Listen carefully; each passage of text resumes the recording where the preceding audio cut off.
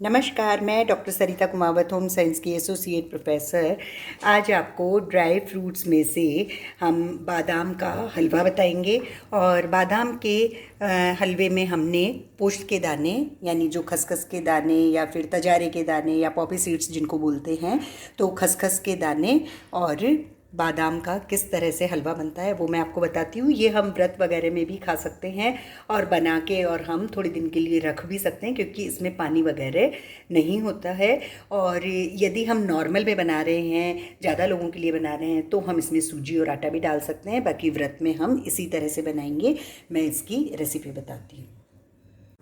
बादाम का हलवा बनाने के लिए हमने 35-40 बादाम लिए। ये करीब 50 ग्राम है। और इसमें हमने बड़ा चम्मच खसखस के दाने या पोस्त के दाने कहते हैं या पॉपी सीड्स कहते हैं, तो एक बड़ा चम्मच लिया है जो कि 10 ग्राम है। 10 ग्राम पोस्त के दाने और 50 ग्राम बादाम को हम या तो ओवरनाइट या 5-6 घंटे भिगो देंगे।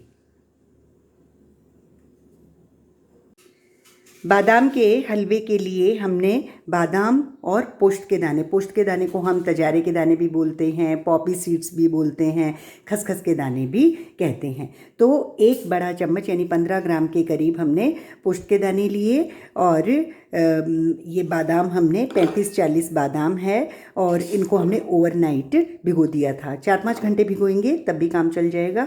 और चूँकि मेरे पास में इतना टाइम नहीं है कि मैं इनको छीलूँ, तो इसलिए मैंने इसी तरह से मैं हमेशा छिलके वाले का ही बादाम का हलवा बना लेती हूँ। तो ये इसमें डाल दिए। और अब जो ये पोस्त के दाने हैं, इनको धोने का एक अलग तरीका है। इसको जैसे भिगो दिया था हमने, और अब वापस से हम इसमें इस तरह से, अगर इसमें कुछ मिट्टी विट्टी होती है तो उसका निकालने का एक यही तरीका है कि आप इस तरह से करते जाएं। अब जो भी मिट्टी आती है वो लास्ट में रह जाती है। और ये जो दाने हैं वो हम इस मिक्सर में डाल के और पतला पतला इसको ग्राइंड कर लेंगे। बहुत कम कम पानी डाल के हम इसको बहुत पतला ग्राइंड करेंगे। बादाम के हलवे के लिए हम कढ़ाई में 2 चम्मच घी डाल देंगे, जो कि करीब 25 से 30 ग्राम के करीब होगा। और फिर मैं आपको ये दिखा दूँ कि जो हमने बादाम और पोस्त के दाने पीसे थे वो इस तरह से बिल्कुल पतले पतले पिस गए। मैंने इसमें दूध डाल के पीसा है, थोड़ा थोड़ा दूध डालती गई। और इसको कम से कम 4 या 5 बार खोलना पड़ता है, नहीं तो एक बार में अगर ज़्यादा दूध डाल के और इसको हम ग्राइंड करेंगे तो सारा पानी पानी सा बाहर आ जाएगा। पानी डाल के भी पीस सकते हैं, दूध डाल के भी पीस सकते हैं। अब इसको घी में डाल के हम बिल्कुल धीमी धीमी आंच पर सेकेंगे और बहुत ज़्यादा देर तक छोड़ेंगे नहीं, मतलब कंटिन्यूस स्टरिंग होएगी, नहीं तो चिपक जाएगा और ब्राउन कलर का हो जाएगा। वैसे मैंने छिलके नहीं हटाए हैं, इसलिए ये हल्का सा ब्राउन तो वैसे ही दिख रहा है। अगर हम छिलके हटा देते तो थोड़ा सा वाइट यानी और अच्छा गोरा गोरा हलवा बनता। अब मैं इसको सेक लेती हूँ। बादाम और खसखस को पीसने के बाद में, ग्राइंड करने के बाद में, हमने 2 चम्मच घी में इसको सेकने के लिए चढ़ा दिया था। और 2 या 3 मिनट हुए हैं सेकते हुए।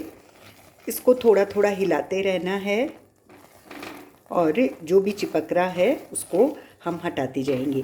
ये तो जो कढ़ाई है वो नॉन स्टिक है, इसलिए इतना ज़्यादा दिक्कत नहीं हो रही है। लेकिन अगर हम दूसरी कढ़ाई में, स्टील की में या एल्यूमिनियम की में बनाएंगे तो उसमें थोड़ा सा ज़्यादा चिपकता है, तो ध्यान ज़्यादा देना पड़ता है।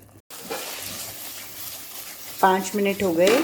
5 मिनट में दूध या पानी जो भी हम इसमें डालते हैं वो सब ख़त्म हो जाता है, उड़ जाता है। तो इसमें से भी दूध जो है वो पूरा उड़ चुका है। और अब हम इसको धीमे धीमे सेकते रहेंगे। 10-12 मिनट हो गए और ये देखिए, ये मैंने हल्का से छोड़ दिया थोड़ी देर के लिए, तो ये चिपक रहा है। तो अब हम इसको धीमे धीमे करके हटा लेंगे। और वैसे भी अगर ये थोड़ा सा चिपका भी रह जाए तो थोड़ी देर बाद में जब हम इसमें दूध या मलाई या पानी जो भी डालते हैं तो उससे ये हट जाता है। लेकिन हम इसको चिपकने ही ना दें, इस तरह से बनाएं। 20 मिनट हो गए और 20 मिनट में अगर आप ध्यान से देखें तो ये देखो, ये थोड़ा सा ऐसे घी घी जैसा छोड़ने लग गया और कढ़ाई में भी बिल्कुल चिपक नहीं रहा, थोड़ा सा ब्राउनिश भी हो गया।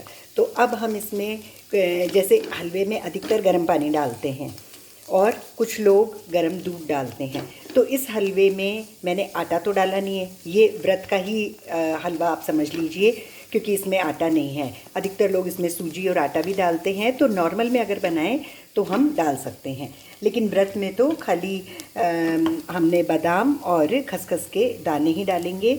और अब मैं इसमें दूध की जगह 2 चम्मच मलाई डाल देती हूँ, जिससे कि ये थोड़ा सा वापस से इसको और सेक लेंगे।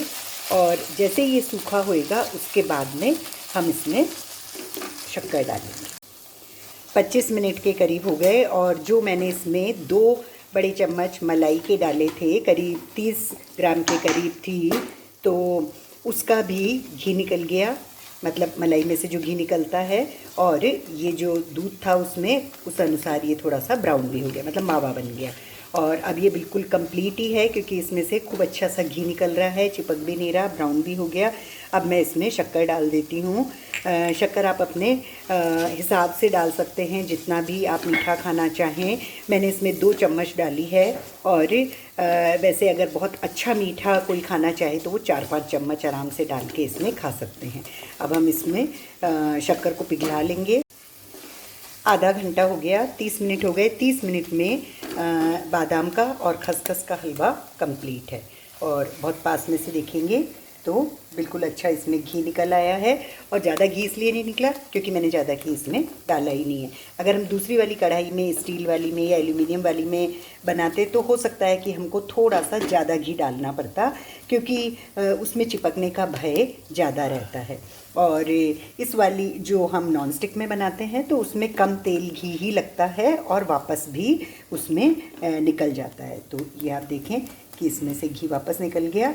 और मैं अब गैस बंद करती हूँ। और वैसे तो ये खुद ही ड्राई फ्रूट ही है, लेकिन फिर भी हम इसमें थोड़ी सी पिस्ता की कतरन जो है वो डाल सकते हैं। और इस तरह से बादाम का हलवा कंप्लीट होता है।